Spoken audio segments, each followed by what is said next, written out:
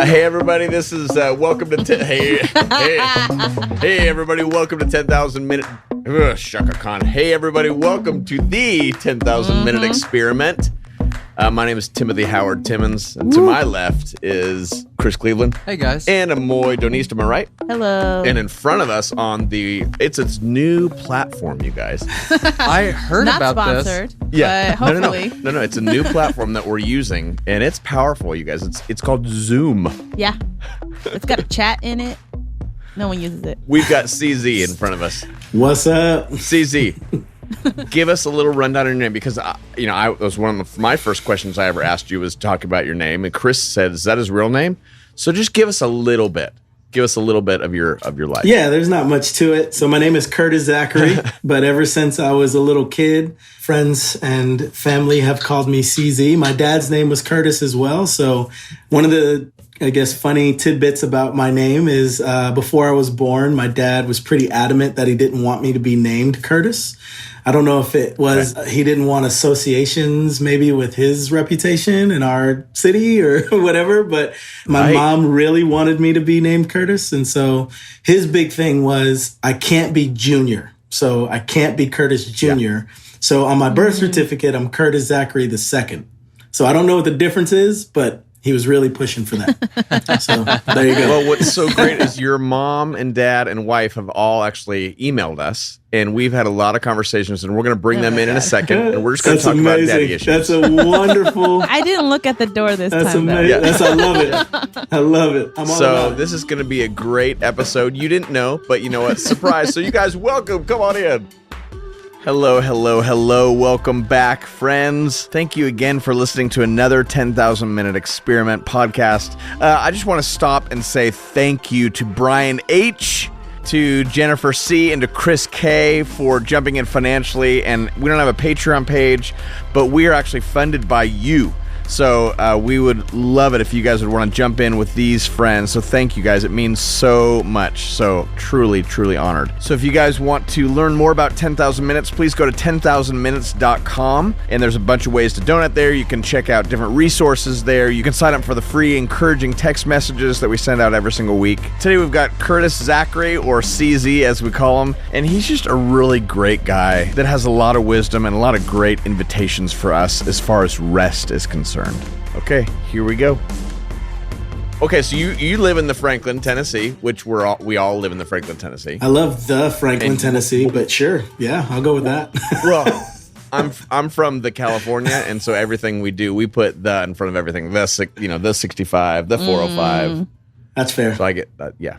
I got you. No, it's fair. Where are you originally from? So I grew up in New Jersey, was there until I graduated high school, and then went to college in Virginia, and then bounced from there to Nashville in 2001. I lived here for 10 years, met my wife here, and then we moved to California. We lived there for 4 years, and then moved back to Franklin 7 years ago. Dizzy. All about it. Let's go. I'm dizzy. So you should know the podcast, The California. So we have many mutual friends, and I'm so sad and embarrassed. So I was literally just talking to somebody the other day that was just saying how you've kind of been such a huge mentor in their lives. I will remember by the end of this podcast, and I'll just blout. It's a cool new name. That's also. I like it. We just don't have a lot of time. Blurt out. We're just we're just picking up words. I will blurt out the name at some point. But people just love you. And you've put your thumbprint on so many people, and I'm sure they've, shaped you as well. But you have such a great name in this town. And I know you've taught a lot of different places, and you've taught for our community at Journey Church before, and they loved you. But so I just want to get into some of the stuff that you know. Because it sounds like the stuff that you're leaning into right now is stuff that I don't think I need, but I feel like these two next to me really, really need. Yeah. That's fair. I got you. So, CZ, give us just a little bit of background on where you got to, how you got to where you are now. So you've got this whole thing called Find Rest that you're doing. Yeah. And you've got a book out called Finding Soul Rest, 40-day devotional. So just give us a little background on what was the problem that got you to this place? Go. Again, this is for the two people to my That's right. right. Yeah. So I think the real crux of it all was when we moved to California, we were living and serving in a very under-resourced area. It was a city called Richmond, just outside of San Francisco. And the type of work and relationships that we were a part of was so beautiful, it was so meaningful.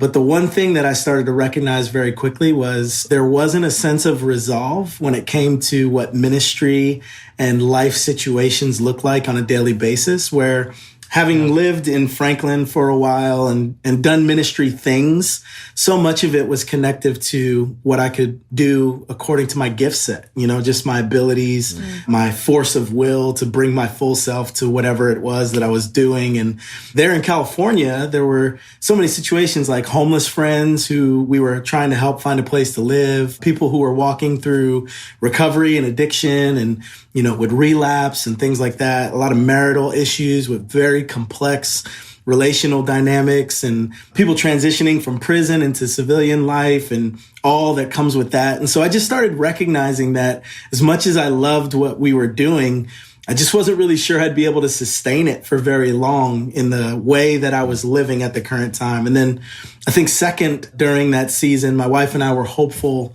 to become pregnant and have children. And we did have a pregnancy, but then we very quickly into the pregnancy lost that pregnancy. And it was really sad.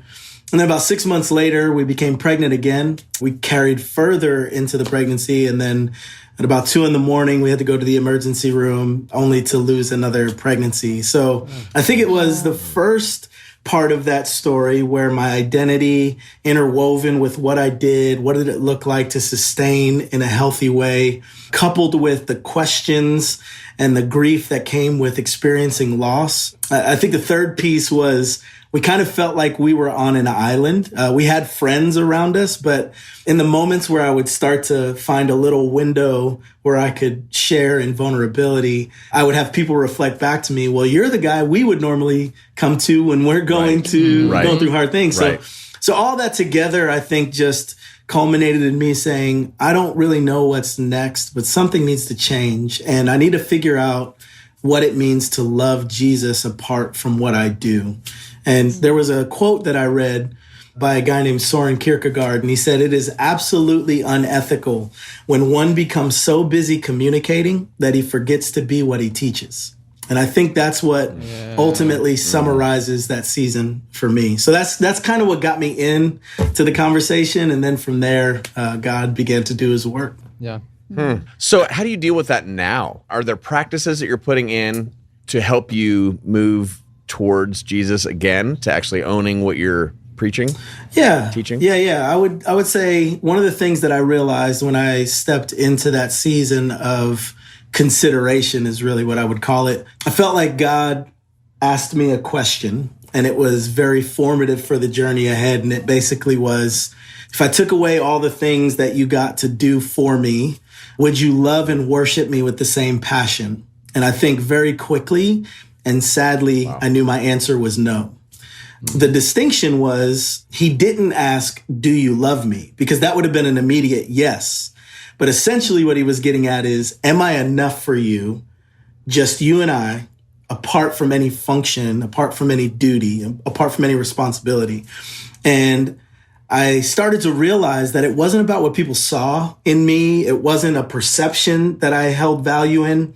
It was just my belief that my true worth and value to God was completely interwoven with what I did.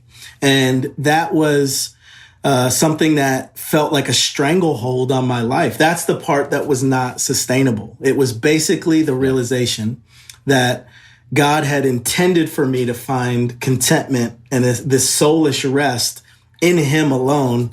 And unknowingly, I had begun to live in a way that I had allowed other things to become my solace, to be my identity, my strength, even when it came to God type stuff. It was not him alone. It was the stuff around him. And that's very convicting and very sobering. But I also knew at that time that was not what I wanted my life to be. I wasn't content to stay in that place. So to answer your question, I think that allowed me to move forward with intention to say, all right, what does it mean for me to know that he is enough for me alone. And it caused me to begin to really dig into the intention God had for humanity from the very beginning, which was to find this soulish contentment. I think about Ecclesiastes chapter 3, where it says God set eternity in the hearts of humankind so that they wouldn't know the beginning or the end.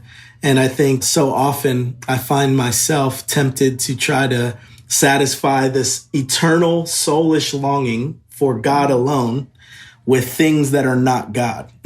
And maybe on the surface might have God type names attached to them, but that's not enough. And so, like examples? Yeah, examples would be ministry. I think working for God is one of the greatest barriers to intimacy with God. And I think it's important for us to know that it's possible to work for God without God. I remember another quote that comes to mind is Mother Teresa once said, "Pray for me that I not loosen my grip on the hand of Jesus, even under the guise of ministering to the poor."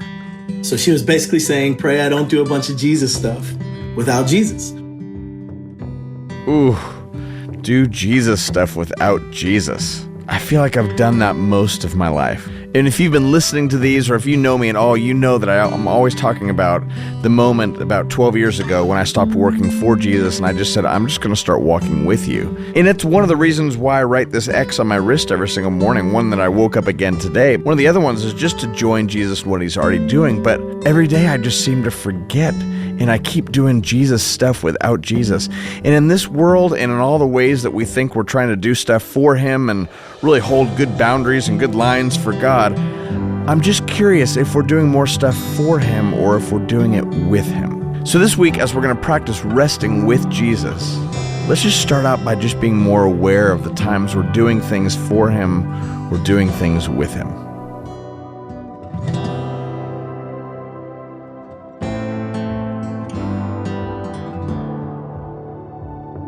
If you need rest like I do, get ready because there's some pretty great stuff ahead.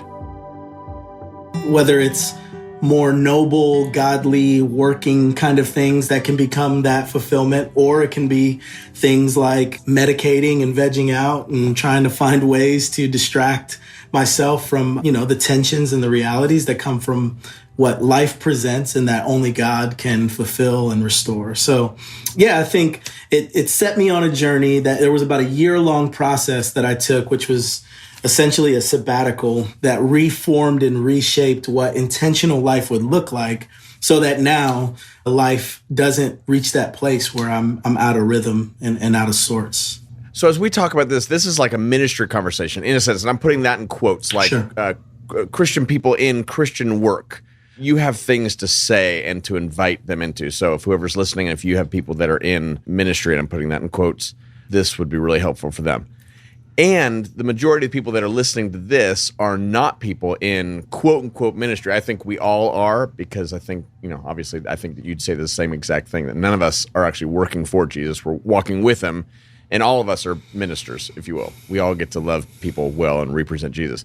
But how would you kind of put this into that platform, into their lives? Yeah, so I would definitely say I'm telling my story because that's what is true about my journey. My vocation was that of a minister. It was somebody who was connected as a vocation to the church. So it definitely has brought from my heart a very focused and passionate care for other people who are in a similar plight. So I definitely love to encourage and come alongside those who are in ministry.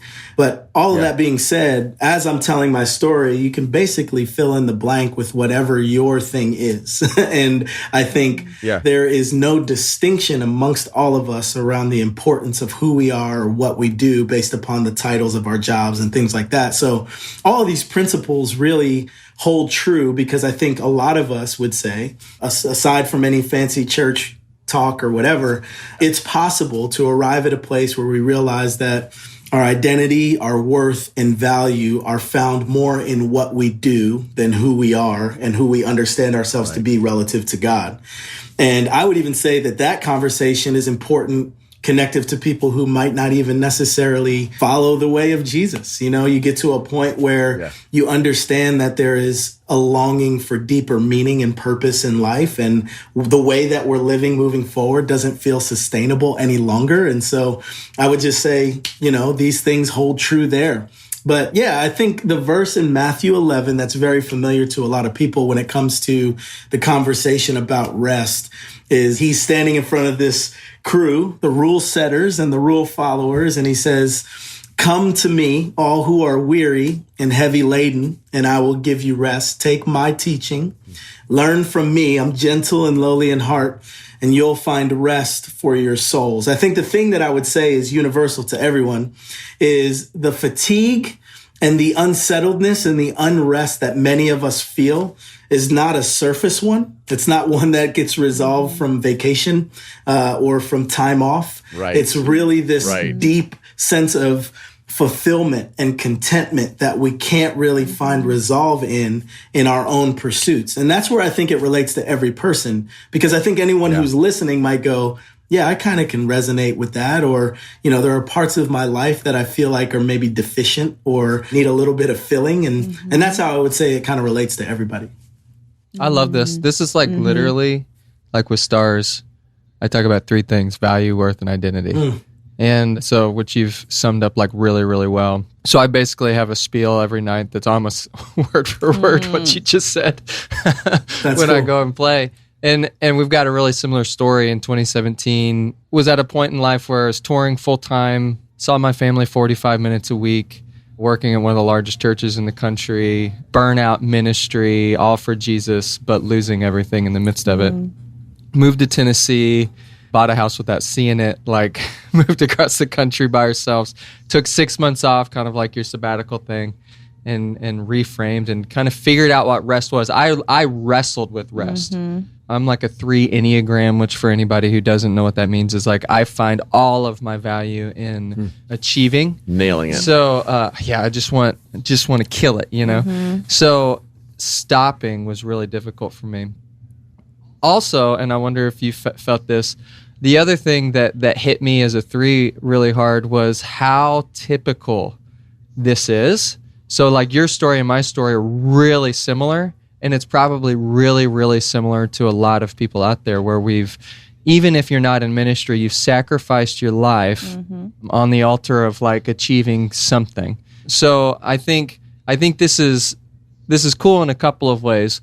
One, and I'd love to hear you kind of talk about this a little bit, the difference between like your identity and who God sees you as, and then your identity, it's like, who were you seeing yourself as in those moments? Because I know in those moments for me, it was less about, does God still love me? I didn't have those questions if I'm not doing these works. It was like, am I actually worthy as a human being if I'm not doing these things?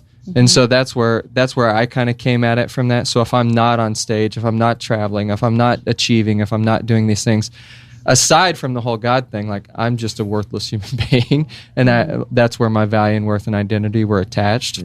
So a lot of things I talk about is like attaching them in a healthy way to God. So I'd love to hear some of your thoughts there. And then I think the other thing I'm curious about is like, what does like soul rest look like for us now? And I know what that kind of looks like for me, but I'd love to hear what that is for you and kind of how you walk people through that. Yeah. So the first question, in a sense, that he was asking was, how did you see yourself? And when you're, we talk about being a sober and drunk often, not on the wines, but just on fear or identity or on, all these things. So when you're kind of drunk, even now or then, how do you see yourself? How does that get you in trouble? Yeah, so I think just to kind of make sure there's a level of breadth as well, you were talking about the distinction between like a ministry conversation versus everyone else. I think another thing that's important is talking about the distinction between personality composition. It's not just achievers that feel this sense of burnout or a pending burnout, because I would even say my personality composition is not one of building, making, going, doing. I'm not one that has to achieve and thrive off of the recognition connected to that. I'm kind of more of the other way. I'm more of what are you doing? How can I help you do that? And, kind of rather be behind the scenes kind of thing. But really what it comes down to is the significance and the value we hold to God, our view of who God is and what we mean to him. And I think so often we interweave those personality traits in the way that they manifest lived out on earth here amongst other people, and we correlate them to God as well. So again, for me, if I'm not an achiever, maker, doer to show God what I can do or show people what I can do, I'm a helper. Right. So I'm going, how can I help people? But I'm also going, God, am I doing enough to help you? Am I helping you here on earth do your thing? And again, you go down to each, different variant around personality composition, and those things that are strengths about who you are, they can easily become this correlation around how do I do that relative to who you are, God? And then when I start to feel deficient in that, or I feel like I need to overcompensate, things like that, I think that's where, like you said, Tim, there's the lack of sobriety around perspective. Maybe it's me in unhealth, operating in a way where it feels like whatever my personality composition is, for my case, it was to help and to hold value to people in a sense that I'm doing enough. I'm doing more. I have something to offer. I have meaning and purpose to give. So therefore, if I'm out of rhythm, then I feel like I'm never doing enough. I'm never helping enough. There's not enough of me to go around for people or for God. And so that's where, for me, I think I started to see the unhealth and me being out of balance. And it was really important to try to figure out, what did it look like for me to be able to be still enough to understand that in my stillness, there was still the possibility that I could hold value to God. And that's what's terrifying. And that's also what is interwoven with this whole idea of Sabbath. So that's a word, if you're in church, you probably have heard before. If you don't go to church or read the Bible or whatever, it's this idea of ceasing or stopping. There's this rhythm every 7 days, this idea that you're supposed to take a break.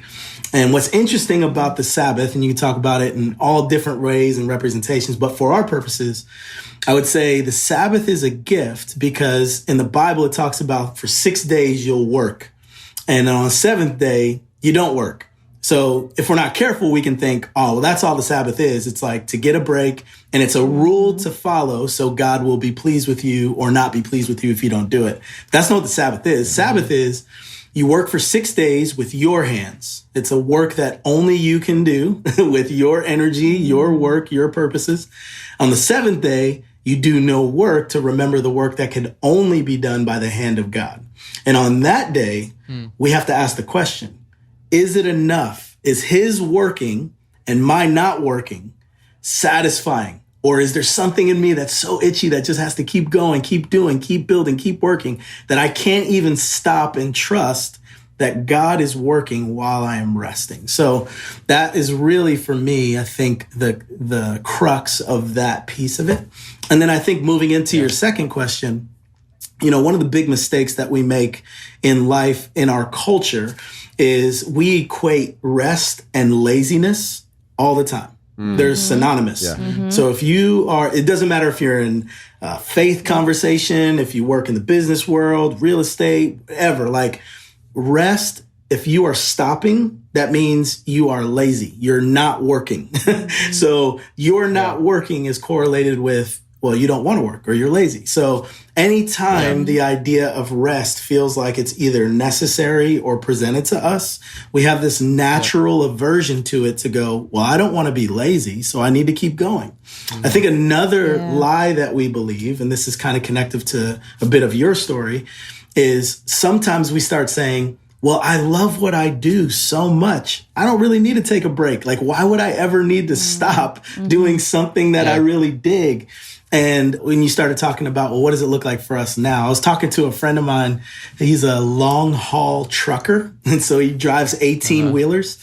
And he was telling me about how so often when you see those trucks like in the ditch or whatever, or like this truck is flipped over and spilled all the stuff all over the highway, he said 9 times out of 10, that driver just was exhausted.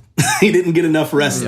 And he is not fit in that state to operate that vehicle. They have these strict regulations where you need to get enough rest in order to take these, long haul rides. And he said there would be times where he was driving and he would be seeing hallucinations, like stuff popping out of the road or And so basically when he was sharing that, it just clicked in my brain that we need to learn to work from rest. We need to learn how rest is not the absence of work, therefore meaning deficiency of our character and our ability.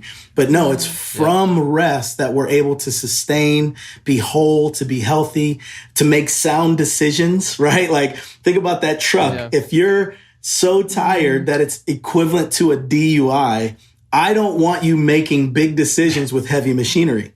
And sadly, what I've found for so many people, especially people that I work with in ministry conversations, people who have had moral failures, made really terrible decisions in leadership positions, it's because they were tired and they were operating heavy machinery and they were making poor decisions. And so, I think moving forward, that's one of the things that helps you to learn how to find that rest moving ahead. Yeah.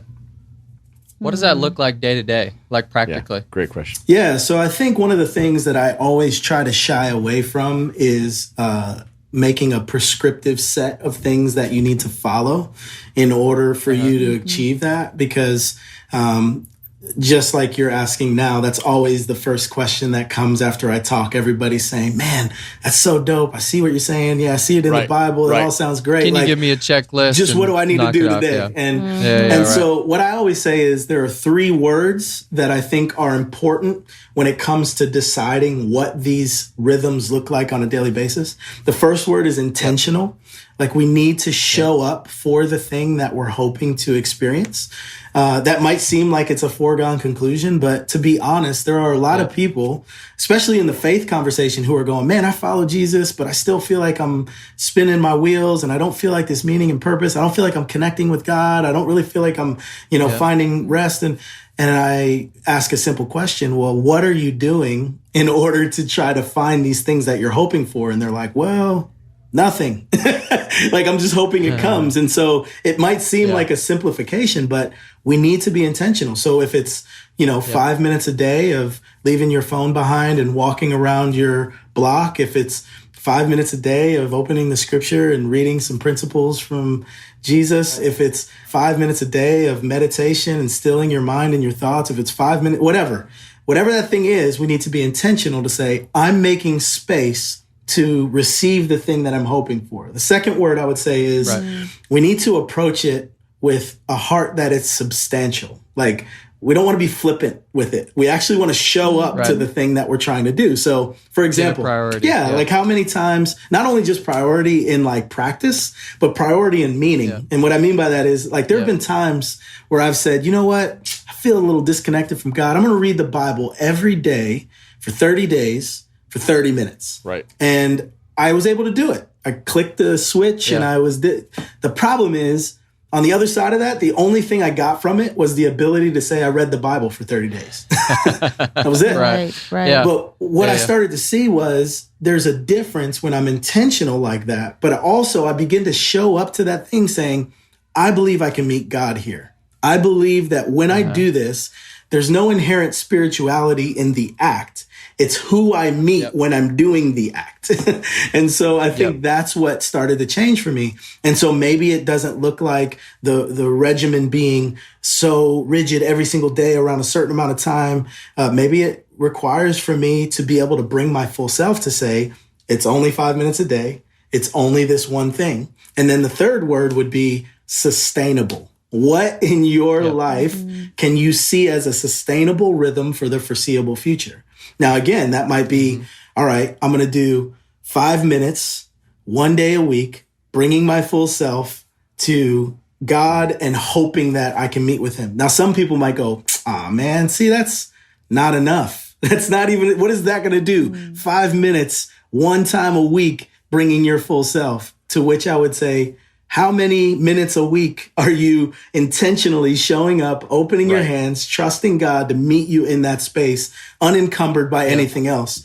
And so that's why I say I try not to make it prescriptive for others. For me, what that looks like is I try very diligently before I get into the rhythm of my day to not mess with my phone in any way, whether it's text messages, emails, missed phone calls. I don't have social media on my phone. So it's like even things that are very practical, very practical, very necessary. I just try to build a rhythm that will allow me to make space intentionally for me to commune with God. I try to go outside, maybe take a deep breath, just give him the space to go. Today, I want to start with what you're filling me with rather than what everything else is filling me with, And so that's just one small way, but I could talk about like different options all day, but I think those 3 words are the most important thing.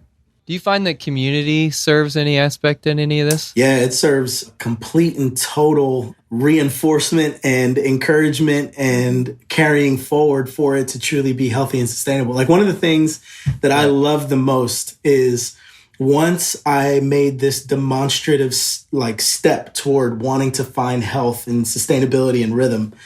It's funny because my community, my friends, people who know me very well, people who are in proximity to my life had to adjust with me. So for example, when I say I don't mess with my phone in the morning, well, if you're trying to get in touch with me in the morning, you have to start learning that I'm not going to respond back in the morning. And so that's annoying at first and it's challenging for me, but it's a rhythm that's established. So what's funny about that, little small thing, I think almost universally in my community, especially those who know me very well, it's funny how they are now almost adamant in their contending on my behalf for me to uphold these things that I want to be true.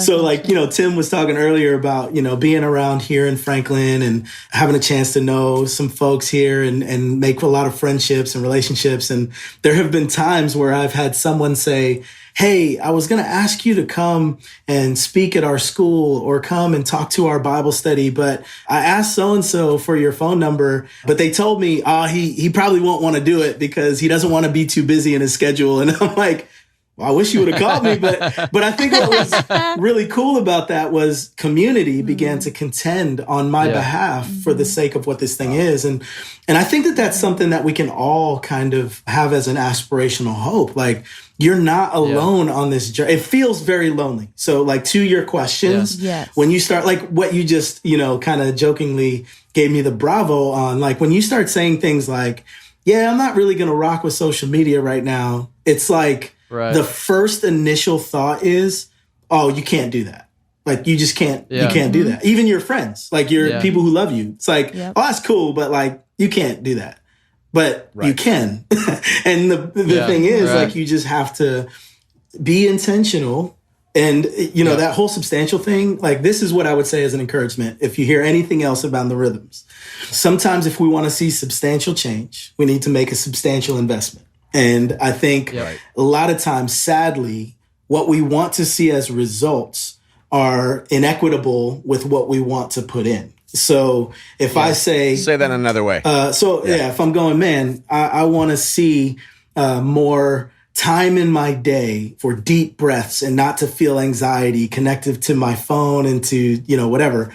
Well, then maybe I need to deactivate my social media for 30 days. And on the surface, you're like, wait, that's a pretty extreme response. But what I'm asking to see happen is a pretty big deal too, So one way I think about that, and this is, a very sobering thing. So in a lot of different relationships, conversations, I get to walk alongside couples who are going through hard seasons and things like that. And, there are times where maybe I'll be talking with a husband who's made a mistake in his marriage and now they're looking for reconciliation as a couple. And maybe the wife graciously has said, you know what, I want to journey forward together to find that reconciliation. And he is, excited, hopeful that maybe this can happen. But sometimes what I sadly see too often is the hope for that reconciliation and for things to be better again is not equal to what types of substantial changes and investments that guy is willing to make in order to bring that sense of trust back to the table, in order to show that things are different. Because it's kind of like, well, I want everything to go back, but I just kind of want to tweak little dials over here. Like, is there little things I can do? And I would just say sometimes there's a substantial investment that's necessary for substantial change. Yeah. For you and your story, I was going to ask you this before you brought up kind of that family dynamic, but I was curious what your wife or what your kids would say is different about you on the other side of this like rest journey you've been on from who you were before. Yeah, I think it's a lot more yeses for them and not yeses for performance or working, again, in my case, in ministry for God. Yeah. It's understanding that there is true value and substance in just being here, and just being with my crew. I mean, today's a perfect example. I have things that I need to do today. There are a lot of ministry appointments that I have today, but my little man is not feeling well. And it doesn't now destroy my day and affect who I am as a person, feeling like everything has gotten in the way of what I was trying to do. No, this is what I'm supposed to do, and it's enough. Yeah. And I think sometimes they, in the past, would probably be victim of me being subservient to an idea about what I needed to be doing for God. And they would sense that, sadly, and this has happened so often, and I'm glad that for them at an early age, I was able to see that under the guise of being completely obedient to God and doing what God has called us to do, we sadly too often choose those things instead of our family. And I just want to say it as plainly as that. Like, we have all kinds of spiritual language to fluff that up and make it look nice. But it's like, at the end of the day, yes, there are things we need to do that are a priority. We can't always just kick it at home. I get that. But I need my kids, I need my wife to always feel like, even when I can't be home, that what I'm doing, which is important, is not more important than they are. And I need to live in a way and embody a lifestyle that communicates that, not just with my words, but with who I am. And I think that would be the thing prayerfully that if she were here, she would say, or my kids would say, they would see that's different. That's awesome. So you're like living from a place of soul rest is really living out of rest, not just taking a break, not just taking time off or time away, but like living your life from a place of awareness, from a place of insert all the words that we use all the time, right? Soberness or being awake or all of these things, gratefulness, all those things like can fit in there. Because I can see this like so many ways being like a with God, for God, which is what we talk about all the time.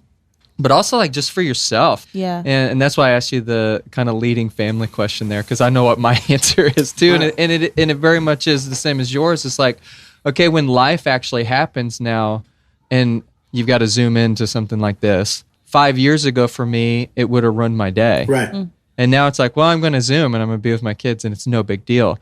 So a place of soul rest is letting some of those things like, oh, it's no big deal. This kind of thing where we can be sober in all of the moments and like our full selves in all of those moments as well, which does connect us, I think, more truly to God and what he's able to do through us and the community around us. So anyways. You talked about contentment earlier. Yeah.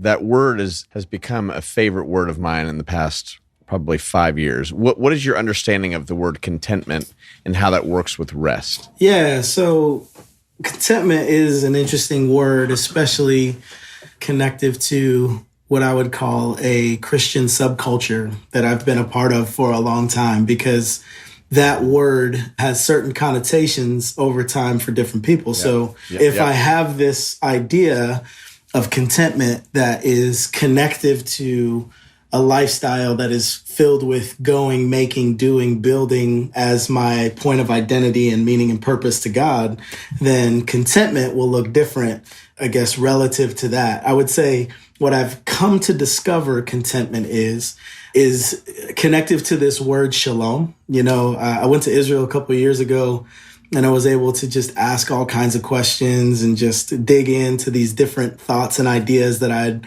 heard a lot about over years and time. I'd studied about in the Bible and other books and things. But to be able to talk to people there on the ground was just really beautiful. And one of the things that I learned about shalom is it's really not just a peace or a peace be with you, but it's a universal wholeness and flourishing.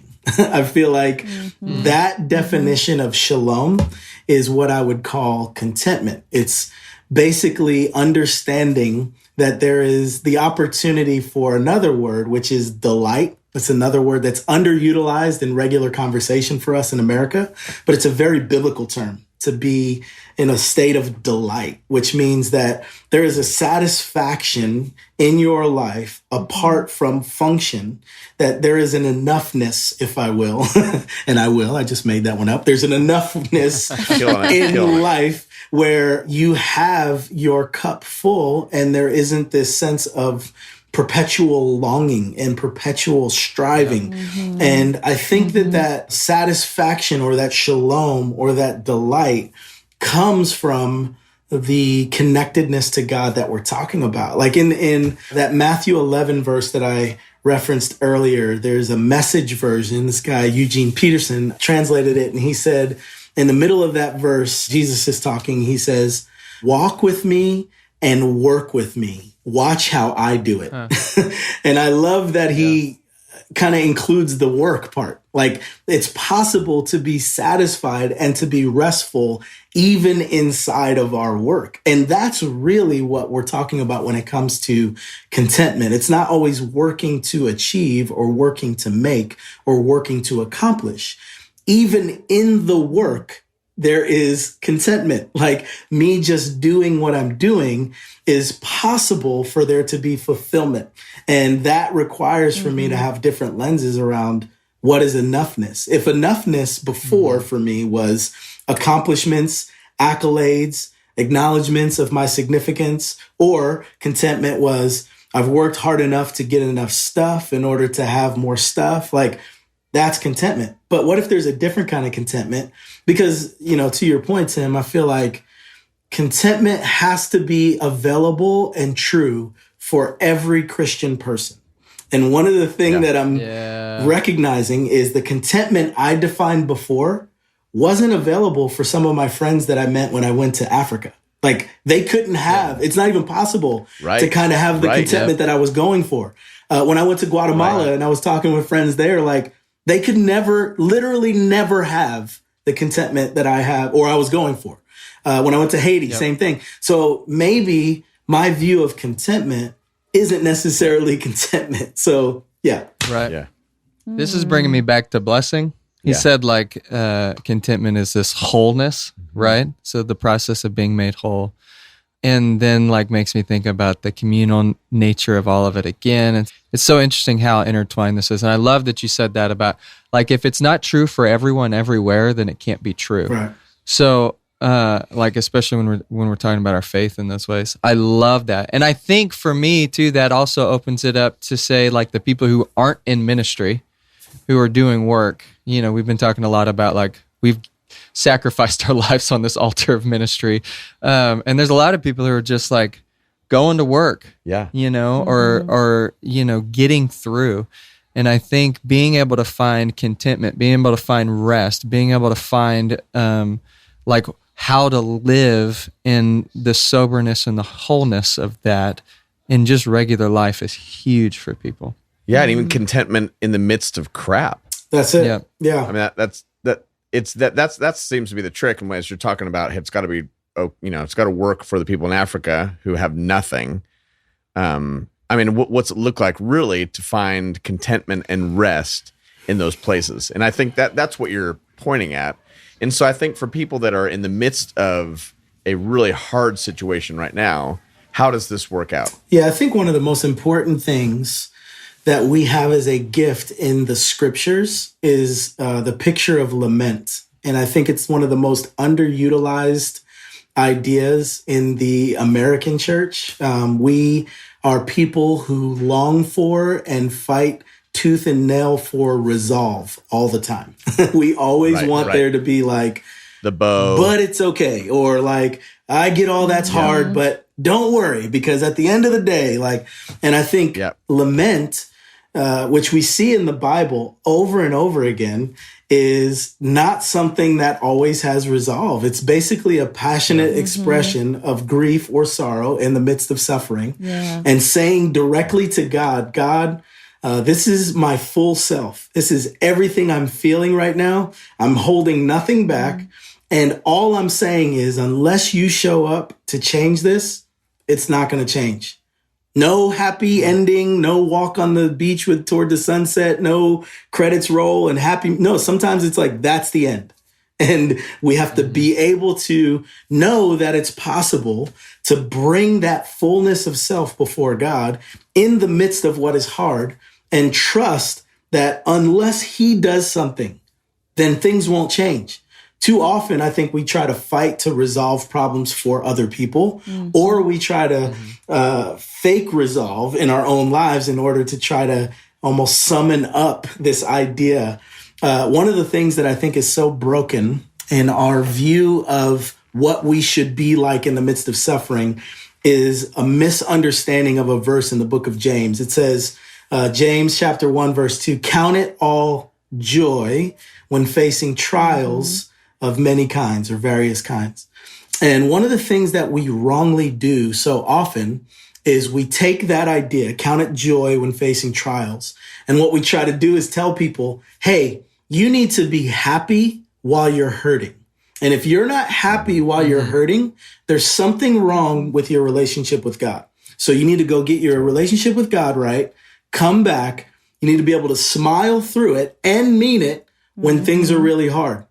No, that is not true at all. Well, the rest of the verse, because the developing of your, the testing Preach. of your faith develops perseverance, right? And it keeps going. It says it develops perseverance. And perseverance, creates steadfastness. And it says that our suffering makes us complete, lacking nothing. So here's why he says, count it joy while facing trials. He's not saying be happy while you're hurting. As a matter of fact, you will be sad, and you should be sad while you're hurting. Right. But joyfulness, which is not circumstantial, is something that I can hold to say, even in ways that I can't see right now, I don't understand right now, and quite frankly, I don't want even anybody to talk to me about right now, God is working, and I will see on the other side of this that it has made me a more complete person that I could not be without the suffering.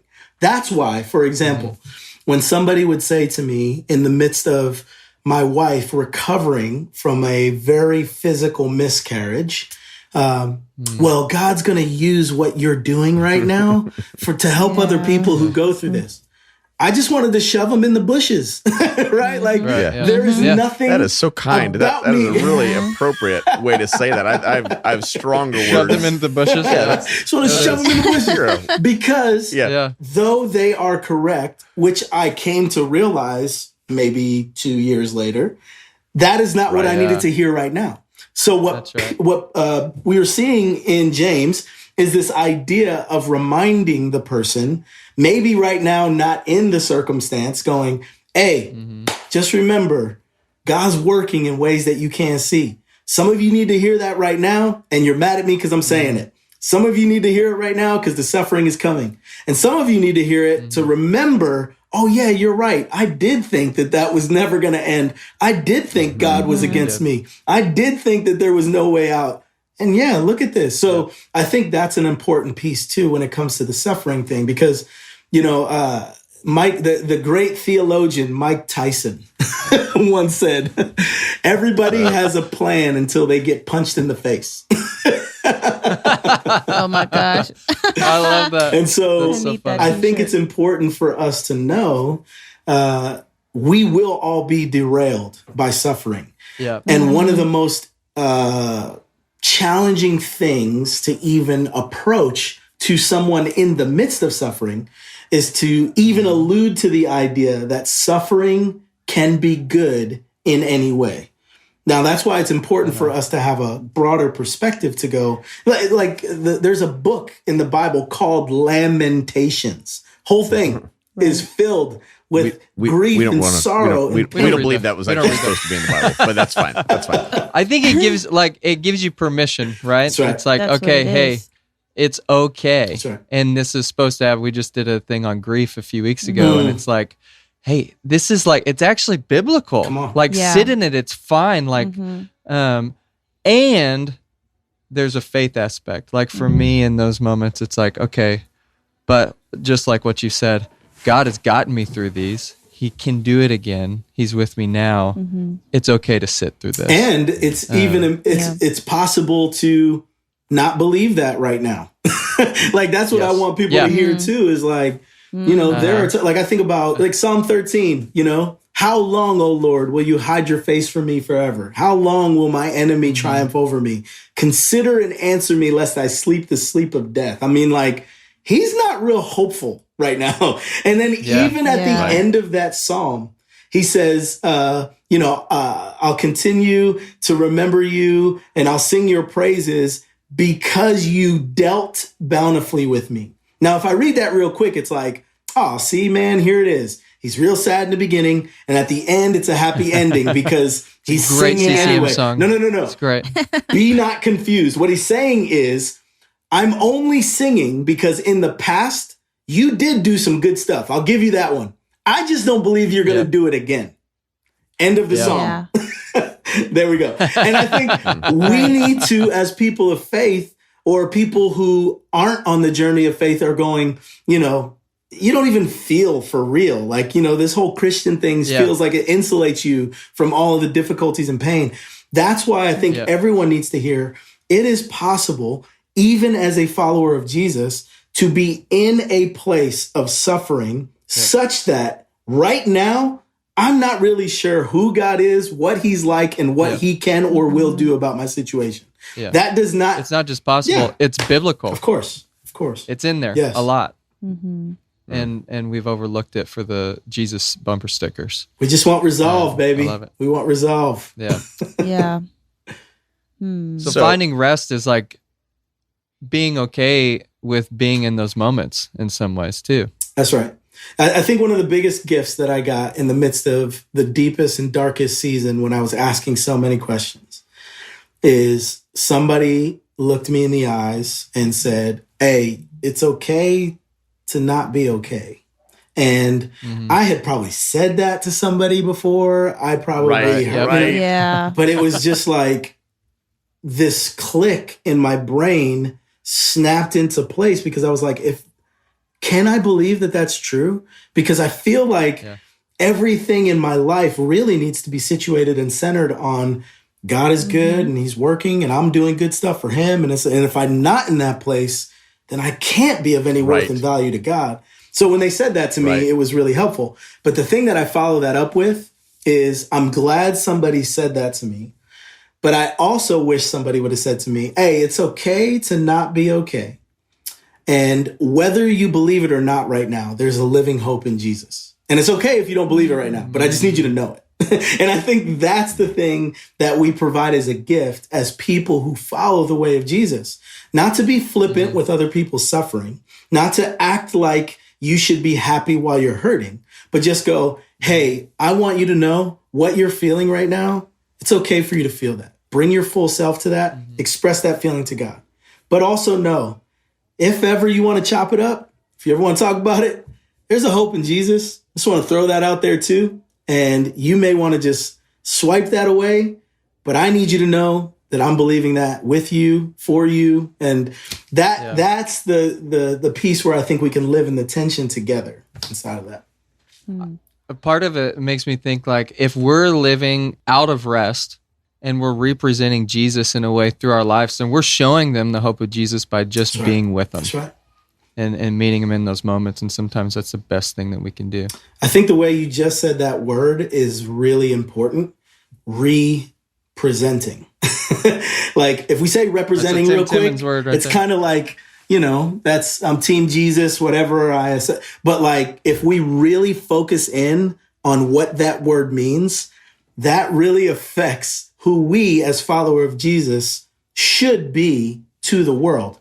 A representation of the way of Jesus, which doesn't make it a flippant kind of word that we just throw out there, but it's an almost sobering kind of idea to go, is who I am and what I embody presenting to others a picture of Jesus?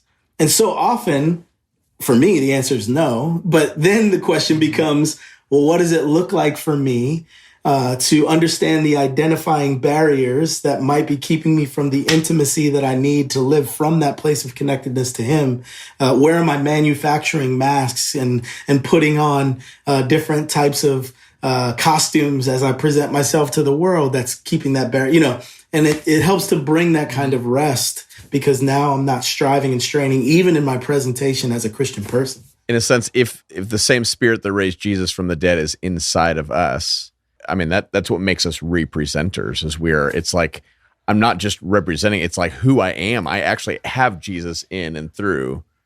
That's just such a wild thought. It is that's wild. A whole different it's wild, baby. We'll jump on that next time. And I feel like to represent him well, then we have to be living from a place of rest. Like, did we just sum up our whole podcast series today? That's it, man. One talk. You nailed it. I think we did. CZ, thank you so much. Man, it is so cool to be with you guys. I dig it. It's so fun. Yeah.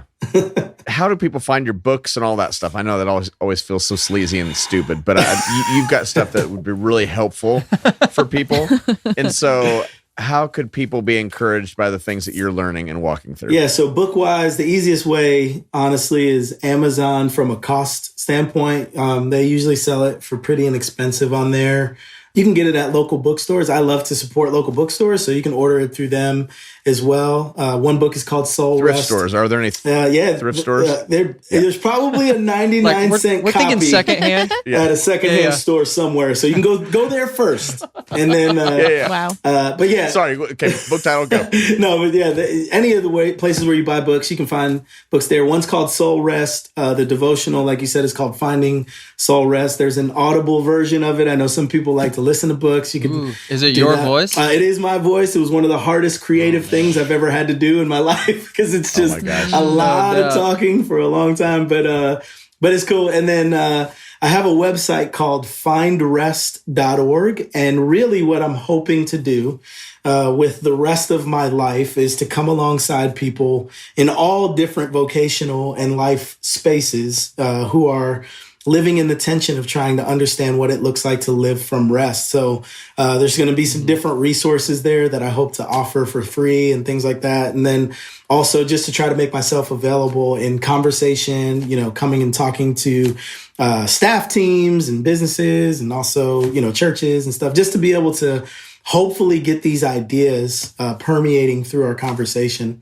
And then the last free thing that's really easy is the YouVersion app on a lot of smartphones. There are these reading plans, and I have one called Soul Rest on there, and it's a 7-day reading plan that kind of gives you the ideas really quickly there. Love that. Yeah. Probably read it. Yeah. Yeah. I didn't like it. I thought it was terrible, but I felt like that's fair. No, CZ, so good, man. So helpful. Yep. Once again, I hope it was helpful for you too. I'm really hoping this was really... I made some notes for my wife. Yeah. This is going to be great. It's a lot of deferring. Wow. I love it. Yeah. It hit me right in the heart, CZ. Okay. Come on. All right. Why a voice on... She's our only voice of reason. And honesty. So good. Be good. Okay, so we're gonna hit you with some questions, and this is speed round. So please, just go to the first thing that pops in your mind. Okay. Okay, I'm ready. The 80s. Wait, hold on, I couldn't hear it. Say it again. That is the best trick we've heard. No, I promise. But I'm I on didn't Zoom. understand. All I heard was G's. So I don't know if that's what you said. That's what I said. But yeah. I said G's. Yeah. No, I said 80s. 80s music. Is there anything specific? I didn't know how quick I was supposed to go, so you got to give me some more rules. I just said, What's your favorite 80s music? Like, what's the first thing that comes in your mind, 80s music? cheesy. Oh my gosh! I'm taking both of those. Okay, got it. Okay, when I dance, I look like a robot. Really? Can you do the robot? Oh yeah, man. Come on. No. What's up, No, girl? man. I got rhythm, but I can't dance. It's kind of a weird combo. Do you ever think about taking like classes? Never. My wife would wife? like me to, and I like to hang out with her. Okay. So therefore, Yeah. if we deduce the idea, yes, I would take classes. Well, once again, we've got her Here she comes. on this as Welcome. well. All right. Yeah. She's really excited. That was the thing. She said, "Would you get him to do some dance stuff?" So everything we're asking about dancing. Okay, give me your 3 favorite movies. Tombstone. Strong. Ooh. This is gonna be a funny one. You've Got Mail. It's one of my favorite That's a I've been great doing one. Meg Why is that Ryan, funny? Come Tom on now. Hanks. And then go. Yes. Dumb and Dumber is just ever present. The Brett. Everybody's got Yeah. Brett. I like it. Yes. Yeah, that says a Tombstone. lot about you. You've got Says mail. You see a the lot about you. diversity there? I just want you to understand. Yeah, I like it. Yeah. Okay. I'm into it. Do you know any jokes? No, I'm not great at jokes. My son is a great I know. joke teller, so let me think of one of his. Okay. Why did the bird go Bring to him the in. doctor? Oof. To get to the other side. I don't know. Because he needed some tweetment. That's good. That's good. My son If he is was 7. feeling better, My I'd son ask is you to 7. bring him in. Yeah. No, that's a strong bit right there. That's too good. All of my kids' jokes end with poop. That's So they just think it's funny. I'm like, guys, That's it. no. Read the room. That's it funny. always Yeah. hits though. It does for I'm them. laughing over here. Read the room. They're Oh, I tell my nailing it. kids to read the room all the time. I'm like, guys, come on, know your audience. I know you're 4. Oh my I goodness. love it. Okay, pet peeves. Let's say biting nails. Ooh. Do you clip yours? Clip mine. Wow. Yeah, I used to bite Sorry, my I nails. heard. So it's more of a pet peeve for myself. It's like I don't like that I did that for a long time, and so Yeah. I had to really. Do you have chew things? Focusing. Like if you hear people chew, does that drive you No, crazy? it's not. Or It's not even really an assessment of others as much as it's just like I get peeved on my own. Just I think for multiple reasons. One, just the whole thing is just not awesome. But then 2, especially in the age of COVID, I think about now Right. where germs reside way more than I did 18 months ago. And one place that I feel like you would catch a lot of stuff would be underneath your fingernails. And so Yeah. biting your fingernails is probably like a mainlining of COVID potential. or it's, setting you up, gives you like some antibodies. Some Dwight Yeah, Schrute. yeah. That's Dwight Schrute logic right there. Totally. So What okay, the- bucket list. Bucket list. Travel the world with the family. Hang out with Tim Timmons for coffee. And Obviously done. probably, I'd like to go to the Grand Canyon. I know it's like really big down to smaller, but I think the Grand Canyon would be just a cool experience. I think you could do a dance class at the bottom of the Grand Canyon Probably with your could. wife. Well, no, how about howling at the this? moon. Yeah. We go to the Grand Canyon and you and I have coffee there This at the is feeling so right. and then right This after is that, feeling- we load up the family and then start our journey from there for the rest of the world. Lord, I lift your name on Come on, high. come on, come on. Okay. Hobby. Do you have a hobby? Running It's not a hobby. / reading. It's torture. Okay, my last one is what's your favorite word that you've ever made up? What was the one I made up earlier today? Enoughness. Enoughness. That was a pretty Yeah. strong one. Yeah. Better than blout. Good. Blout. Gosh, I Blout was hate a good myself. contender. So good. Well, if you Oh, just goodness. blout something out, you know what? Maybe that's a real word. Just you blout guys. it out. For it. Maybe you're just giving me crap for feels something that's good. I'm legit. for it. No. CZ, thank you so much. Thanks. So much fun. You're awesome, dude. Let me do it again. Bring me back. Super helpful. We would love Come it. on, baby. Yeah. We'd love it. That's super helpful for humans. So, and for us. So thank you. All right. Really great. Cheers. Okay, so if you made it this far, you are a true friend of God and a true friend of ours. That's probably not theologically correct, but it feels really right. You know what I mean? So thank you for sticking with us. So if you did get this far and you want to let us know that you got this far, you can go to our Instagram page, 10,000 Minutes X, or our Facebook page, or to mine, or to Chris's, and just tell us if you are a dog fan or a cat fan. That would be great. Just say, dog, cat, whatever you are. That would be great.